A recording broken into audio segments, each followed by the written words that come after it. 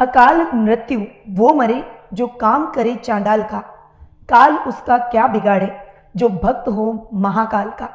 शिव का अर्थ यद्यपि कल्याणकारी माना गया है, लेकिन वे लय और प्रलय दोनों को अधीन किए हुए हैं। भगवान राम, रावण, शनिदेव और कश्यप ऋषि आदि इनके भक्त हुए हैं और शिव की समान दृष्टि के कारण ही वे महादेव कहलाए।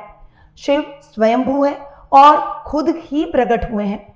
मित्रों, शिव आराधना से हम सभी अपने कष्टों, दुखों और बाधाओं से मुक्ति प्राप्त करते हैं, चाहे वो नौकरी हो, बीमारी हो, मानसिक तनाव हो या फिर अज्ञात भय।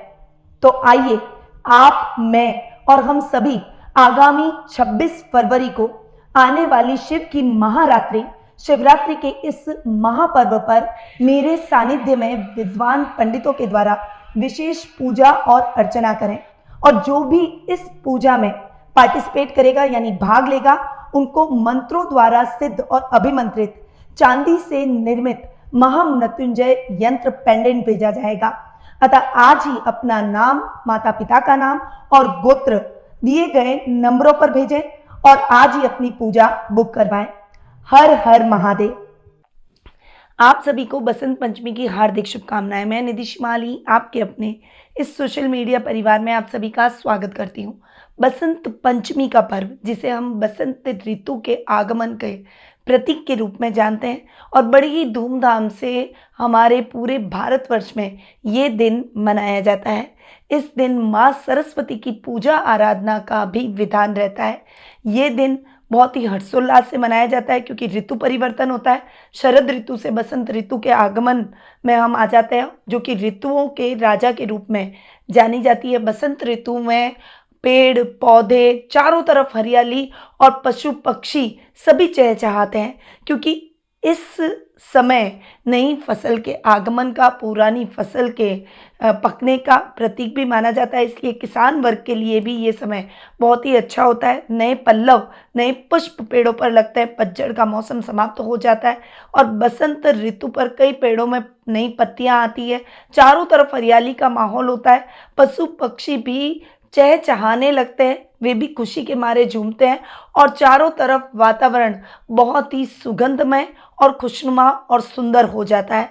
प्रकृति मानो इस बसंत ऋतु के आगमन के दिन, बसंत ऋतु के इस पर्व के दिन ऐसा लगता है जैसे प्रकृति खुद ही नाच गा रही है और समग्र प्रकृति अत्यंत सुंदर और मनोरम हो जाती है। तो ये है बसंत ऋतु के आगमन का पर्व।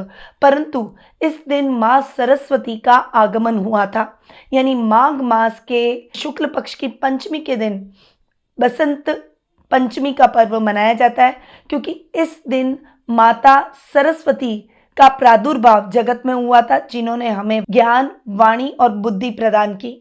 इन माँ के इस प्राकट्य से इस दिन को विशेष रूप से माँ की पूजा आराधना के रूप में मनाया जाता है। बसंत पंचमी के दिन माँ सरस्वती की विशेष रूप से पूजा आराधना की जाती है।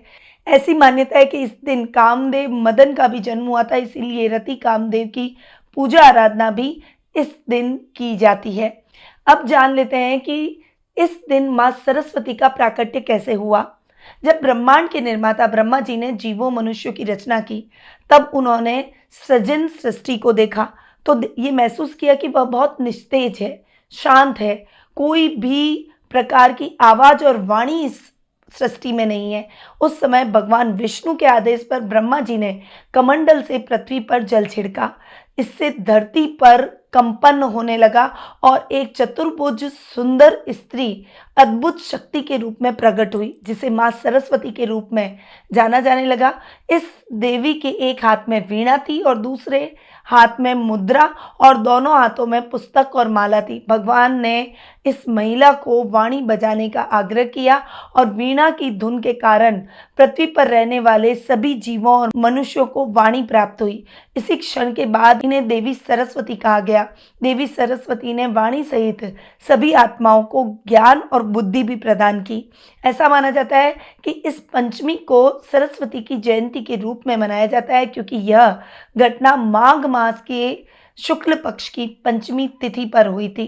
देवी वाग्देवी, भगवती, शारदा, वीणा वादिनी, वाग्देवी जैसे अनेक नामों से मां सरस्वती को पुकारा जाता है। संगीत की उत्पत्ति के कारण इन्हें संगीत की देवी के रूप में भी पूजा जाता है। बसंत पंचमी के दिन ज्ञान बुद्धि देने वाली देवी सरस्वती की विधि विधान से पूजा आराधना की जाती है। अब जान लेते हैं कि देवी सरस्वती की पूजा आराधना किस प्रकार से इस दिन की जानी चाहिए। तो इनकी पूजा में पीले रंग के फूल, पीले आसन, पीले वस्त्रों का प्रयोग किया जाता है।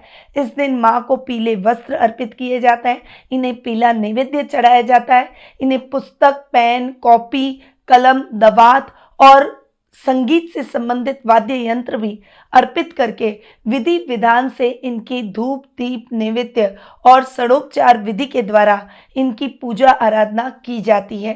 देवी सरस्वती की पूजा आराधना में गायत्री मंत्र का जाप विशेष फलदायी रहता है।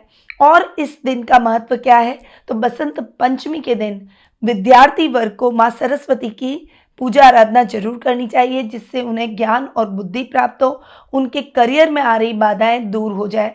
साथ ही ये दिन नए कार्यों को करने के लिए भी बहुत ही शुभ माना जाता है।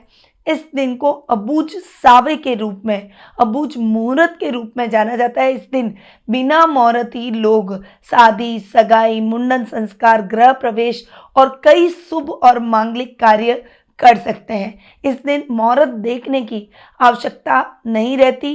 धार्मिक और आध्यात्मिक महत्व इस दिन का बहुत ही अधिक रहता है, इसलिए इस दिन तीर्थ क्षेत्र में स्नान करने का भी विशेष महत्व है। और इस बार तो कुंभ स्नान और कुंभ का मेला लगा हुआ है, इसीलिए बसंत पंचमी के दिन शाही स्नान जरूर किया जाएगा, जिससे देवी भगवती का आशीर्वाद हर भक्त को प्राप्त हो और जीवन में उनके कष्टों से उनको मुक्ति प्राप्त हो। बसंत पंचमी का उपदेश है सृष्टि में नव चेतना, नव निर्माण का संचार करना। इस दिन पेड़ों पर नई पत्तियां लगती है, नए नए फूल खिलते हैं, चारों तरफ हरियाली होती है, पशु पक्षियों में भी नव जीवन का संचार होता है और मनुष्य भी आनंदित होकर चहचहाता है। बसंत ऋतु कृषि से संबंधित भी है। इस दिन नई फसल को बोया जाता है और जो पुरानी पकी हुई फसल है उन्हें घर पर लाया जाता है और माँ भगवती को अर्पित किया जाता है, भगवान विष्णु को अर्पित किया जाता है। इस दिन भगवती की विशेष रूप से पूजा आराधना की जाती है, साथ ही भगवान विष्णु की भी पूजा आराधना की जाती है। तो ये तो हुई बसंत पंचमी से संबंधित सारी जानकारी।